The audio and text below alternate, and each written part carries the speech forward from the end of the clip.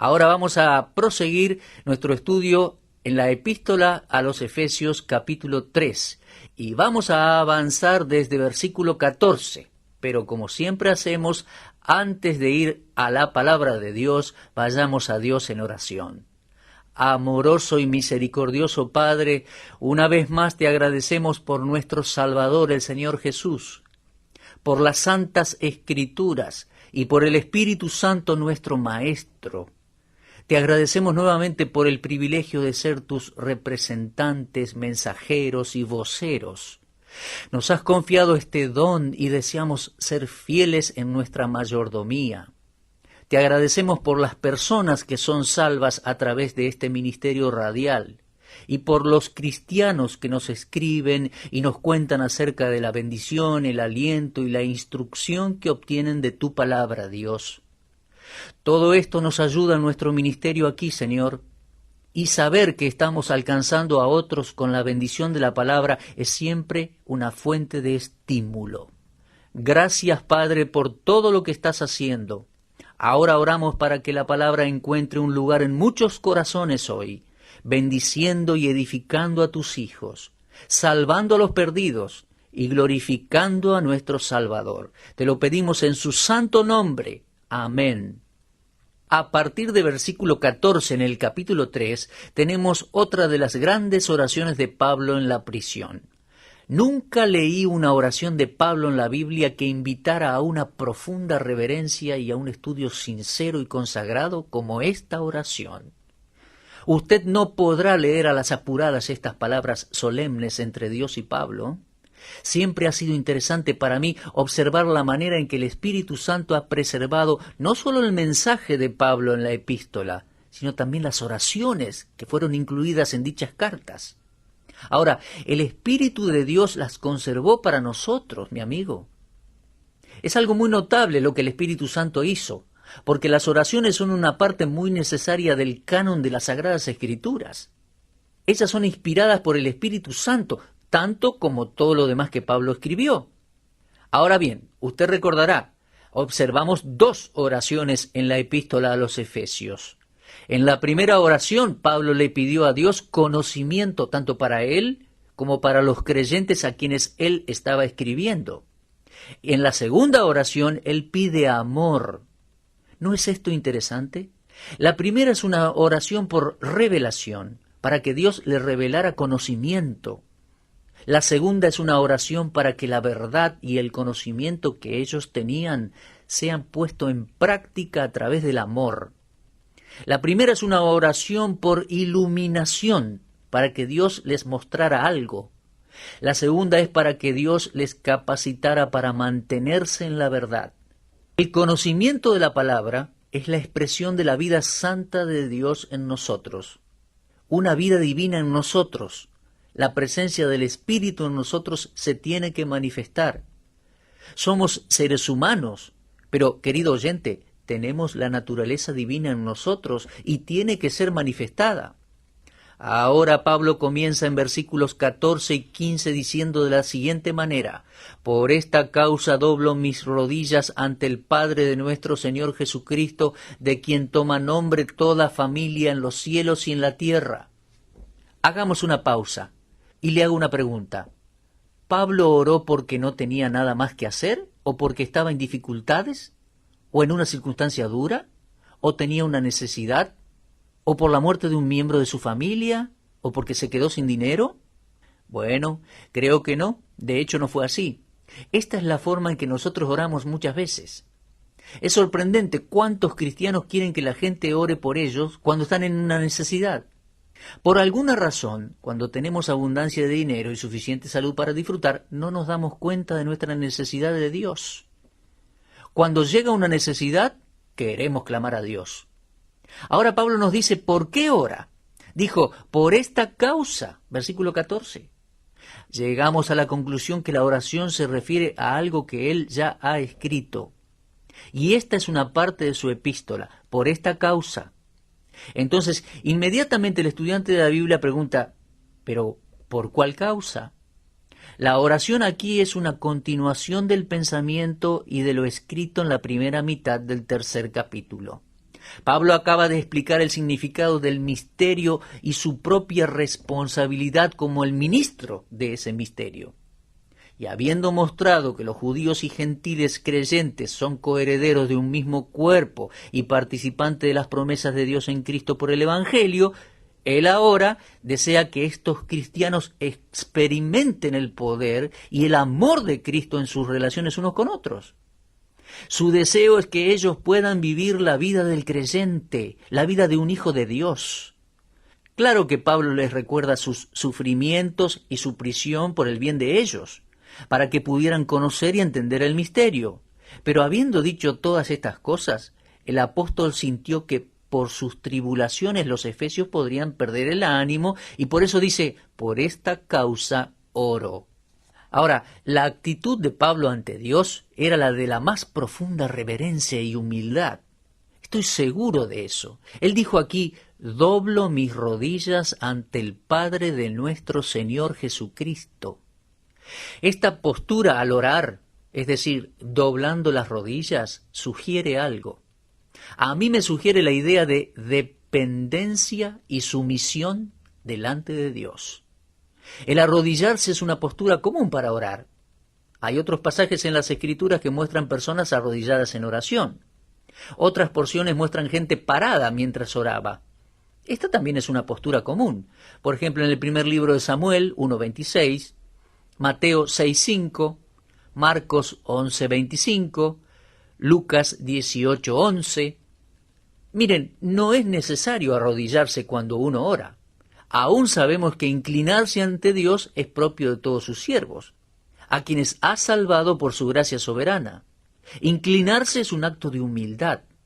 Es el siervo inclinándose ante su soberanía. Pablo, sin duda, dictó esta epístola a un secretario, pero estaba tan sumergido en la majestad del gran asunto y el milagro de su gran llamado a ser ministro, que literalmente cayó sobre sus rodillas y continuó dictando la carta. Los cristianos en Éfeso sabrían que esto no era una simple explosión de emoción, porque los ancianos de la iglesia estaban con Pablo en el muelle cuando se arrodilló y oró con todos ellos, en Hechos 20:36. Allá, antes de dejar Éfeso, Pablo se arrodilló con los ancianos allí mismo, en el muelle, antes de abordar el barco. Si él se arrodilló allí y oró, cuando estos ancianos recibieron la carta, ellos sabían que Pablo estaba orando sobre sus rodillas por ellos en la cárcel. La oración a Dios puede hacerse sentado, parado o caminando, pero cuando algo ha tomado y agitado al Hijo de Dios intensamente, estoy seguro que usted, amado oyente, se ha encontrado igual que yo, orando sobre sus rodillas, casi desesperadamente. Usted no tenía otra opción, usted cayó sobre sus rodillas. Usted cayó sobre sus rodillas ante Dios. Aunque no es necesario arrodillarse, bueno, esto expresa la idea de humildad, adoración y confidencia cuando venimos a nuestro Padre Celestial en oración. Ahora bien, cuando hablamos de Dios como Padre, Pablo lo describe en el versículo 15 como Padre de toda la familia en los cielos y en la tierra. ¿Pero qué entendemos por toda la familia? ¿Es toda la raza humana? ¿Todos los salvos y no salvos? Bueno, el Señor Jesús enseñó solo a sus seguidores a dirigirse a Dios como Padre. Esto está revelado en el capítulo 2 de los Efesios. Tanto judíos creyentes como gentiles creyentes forman parte de una familia de la cual Dios es el Padre. Así que aquí se refiere a la familia espiritual de quienes somos salvos, cuya fe está depositada en el Señor Jesucristo, lo que nos hace hijos de Dios. Yo creo que no se refiere a toda la humanidad. Dios no es Padre de todos. Si usted rechazó a Cristo como su Salvador, entonces Dios no es su Padre. El Señor Jesús les dijo a los fariseos, y ellos eran religiosos, En Juan 8:44 les dijo, vosotros sois de vuestro padre el diablo. Así que usted puede ver que Dios no es el Padre de todos los hombres. Y Pablo aquí está hablando solamente de personas salvas, solo creyentes verdaderos. la Biblia no enseña la paternidad universal de Dios, y no había tal pensamiento en la mente de Pablo. Hay una vida familiar espiritual que tiene su origen en Dios el Padre, pero incluye solamente a aquellos que tienen su fe puesta en Jesucristo. Gálatas 3:26 dice, pues todos sois hijos de Dios por la fe en Cristo Jesús. No se puede encontrar ningún fundamento sólido tampoco para la enseñanza que dice que existe una relación familiar entre ángeles y hombres. No. Esta afirmación confirma la enseñanza general del contexto, que dice que no hay distinción entre judíos y gentiles en la familia de Dios. Los judíos no tienen fundamento para vanagloriarse en que son hijos de Abraham o que pertenecen a alguna tribu, pero sí existe una relación con Dios para todos los creyentes, los santos. Ahora, esto nos lleva al ruego de Pablo. Él dice en el versículo 16, para que os dé conforme a las riquezas de su gloria, el ser fortalecidos con poder en el hombre interior. Pienso que Pablo sabía algo de la debilidad de la carne. De hecho, sé que lo sabía. Él dijo en Romanos 7:19, porque no hago el bien que quiero, sino el mal que no quiero, eso hago.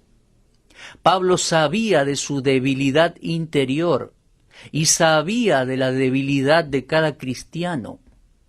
Por eso oraba para que los creyentes puedan ser fortalecidos con el poder de su espíritu en el hombre interior. No tengamos temor de pedir a Dios fortaleza. Algunos de nosotros nos volvemos muy débiles a veces. Nuestra fe se debilita, nuestros cuerpos decaen, nuestras mentes se debilitan. Hay veces que yo no tengo suficientes fuerzas físicas y mentales, ni estabilidad emocional, aún para estudiar la palabra de Dios, Mucho estudio puede ser aflicción de la carne, y no dudo en pedir fuerzas a Dios. Nunca nos cansemos de pedirle fortaleza. Dios nos da de acuerdo a las riquezas de su gracia, bondad y gloria. Y Él es nuestro Padre celestial y conoce nuestras necesidades. Y ante nuestra petición, Él promete suplir esas necesidades. En Filipenses 4:19 dice, mi Dios, pues, suplirá todo lo que os falta conforme a sus riquezas en gloria en Cristo Jesús. ¿Cuántas veces nos hemos sentido limitados, débiles y sin poder para lograr las cosas que Dios quiere que nosotros hagamos? Amado oyente, el poder no es de nosotros, sino de Dios. La obra externa de todos los propósitos de Dios para nosotros es el resultado del obrar interno del Espíritu Santo. El cristiano necesita ser hecho fuerte con un poder que está fuera de él, un poder que va más allá de sí mismo. El Espíritu Santo en el Hijo de Dios está presente dentro de él para fortalecerlo y llenarlo de poder con energía divina. Ahora, el poder de Dios no puede ser comprado, es una dádiva. Es un regalo a través de la persona y obra del Espíritu Santo. El círculo de acción en que la fortaleza es realizada es en el hombre interior. Todo cristiano necesita ver su debilidad humana y necesita orar a diario por fuerza espiritual. Pablo lo hizo. Él fue capaz de decir en 2 Corintios 4:16, por tanto, no desmayamos. Antes, aunque nuestro hombre exterior se va desgastando, el interior no obstante se renueva de día en día. Hoy, algunos de ustedes, queridos cristianos, están pasando por enfermedades, algunos están postrados en dolor, sufriendo, y no han tenido mucho éxito en obtener ayuda en medio de ello. Bueno, tengo buenas noticias para usted hoy. Mientras su cuerpo se vuelve cada vez más débil, es posible que usted sea renovado en su hombre interior con la fortaleza que es a través del Espíritu Santo. Clame a Dios y pídaselo. Y le digo que cuando los siervos de Dios aprenden el secreto de su fuerza espiritual, están capacitados para enfrentar dificultades y trabajar con fortaleza en medio de su debilidad. El medidor de tal fortaleza es la medida de nuestro contacto diario en la relación con Dios. Fíjese en el versículo 17. Pablo dice, para que habite Cristo por la fe en vuestros corazones. Él no estaba orando para que los cristianos de Éfeso aceptaran a Cristo por la fe, que viniera Cristo a sus corazones. No, ellos ya lo habían hecho. Si no lo hubiesen hecho, él no podría haberlos llamado santos. Para lo que estaba orando aquí en versículo 17 era para que ellos pudieran apropiarse de la presencia del Espíritu Santo. Hermano, no pierda esta verdad, es importante. Hay mucho más en apropiarse de la presencia del Espíritu Santo que cualquiera de nosotros alguna vez haya imaginado. Cuanto más nos apropiamos de Él, más nos enraizamos y abundamos en amor. Un árbol que está bien enraizado es estable y productivo. Y si el Hijo de Dios quiere ser fuerte y llevar fruto, tiene que practicar la presencia del Espíritu Santo en su vida. Si nuestras raíces están profundamente plantadas y nuestros fundamentos firmemente cimentados en amor, entonces nada nos podrá hacer temblar. Cuanto más firmemente afirmados y plantados estemos, más capaces seremos de hacer comprender con todos los santos cuál sea la anchura, la longitud, la profundidad y la altura, y de conocer el amor de Cristo, que excede a todo conocimiento, para que seamos llenos de toda la plenitud de Dios. Ahora, este es un gran texto, y supongo que las interpretaciones y aplicaciones son muy variadas.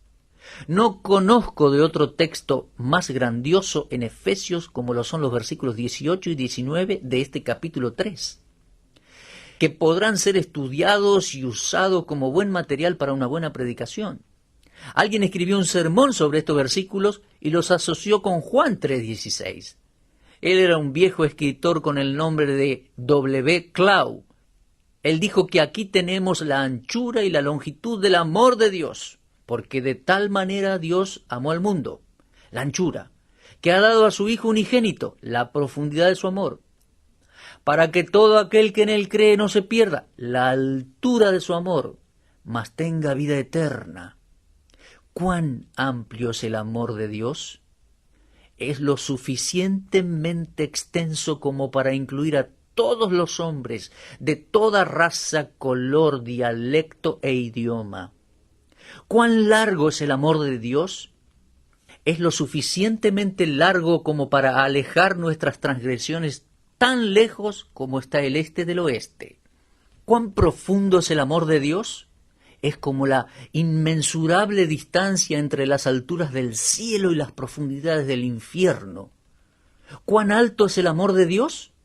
Es lo suficientemente alto como para guiar al creyente pecador a la presencia de Dios. La cuarta dimensión es tan buscada y tan deseada que ahora es una realidad.